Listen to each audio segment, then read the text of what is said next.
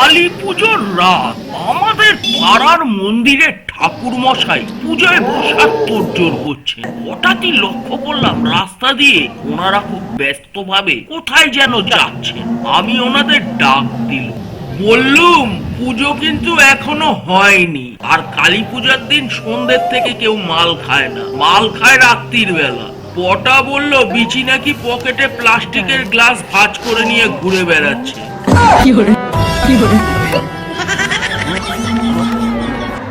দুদিন ধরে নাকি বাজি কেনা নিয়ে ঝগড়া চলছিল। লালটু একটি পয়সাও বাজিতে খরচা করবে না বলেই দিয়েছিল, কিন্তু আজকে দুপুরে লালটুর বউ পাশের পাড়ার এক পাতানো ভাইয়ের সঙ্গে বাজি কিনতে গেছে, কিন্তু এখনো ফিরে আসেনি। লালটু বেচারা প্রদীপ জ্বালিয়ে বউয়ের অপেক্ষা করছে। আমি বললুম একটু বাজি কিনে দিলেই তো হতো। আর কার সঙ্গে গেছে বললে? পাতানো ভাই। এই কি সেই পাতানো ভাই যার সাথে আগে তোমার বউ দুবার পালিয়ে গিয়েছিল? সর্বনাশ।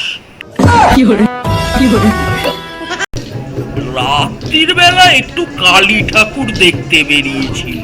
ভৌতিক প্যান্ডেল এবং আদিবাসী নৃত্য দেখে ঠাকুর দেখতে যখন ঢুকলাম, ওখানে লালু বলে একজনকে আবিষ্কার করলাম। প্রশ্ন করলাম, তুমি কে ভাই? উনি বললেন উনি নাকি ভুলুদার রাইট হ্যান্ড। আমি বললুম, ভুলুদা কে ভাই? বুঝলুম ভুলুদা হলেন এই এলাকার উঠতি মাস্তান।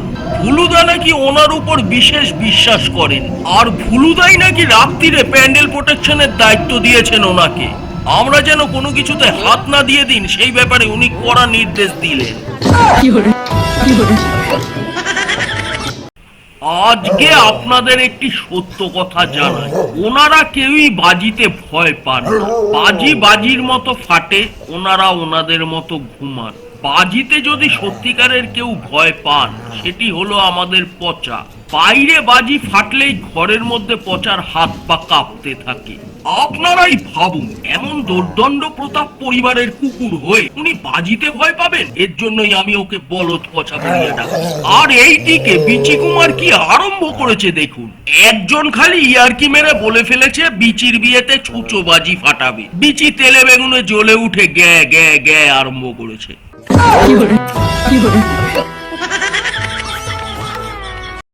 দুইটি ছাপড়ি ছেলে তীব্র স্পিডে স্কুটি চালিয়ে মন্দিরের সামনে দিয়ে যাচ্ছিল। ওনারা ভয়ানক ভাবে ছেলে দুটিকে ধাওয়া করেন। কয়েক চোটে ছেলে দুটি স্কুটি সহ রাস্তার এক পাশে পড়ে যায়। পাড়ার লোকেরা রে রে করে এগিয়ে এসে দেখলো সেরম বড় দুর্ঘটনা কিছু না ঘটলেও ছেলে দুইটির হাতে থাকা ব্যাগের ভিতর কাচের বোতল ভাঙিয়া গিয়াছে এবং তার থেকে তরল জাতীয় কোনো দ্রব্য প্রবাহিত হইয়া রাস্তা ভাসাইয়া দিয়াছে। আমরা পাড়ার লোকেরা সকলেই ব্যাপারটি বুঝিল। ছেলে দুটিও লজ্জার চোটে তাড়াতাড়ি স্কুটি নিয়ে চলে গেল। এইসব ঘটনার মধ্যে হঠাৎই লক্ষ্য করলুম বিচি কুমার অন্য কোনো দিকে মন না দিয়ে ওই রাস্তায় পড়ে থাকা তরল পদার্থটি এক মনে চেটে খাচ্ছে।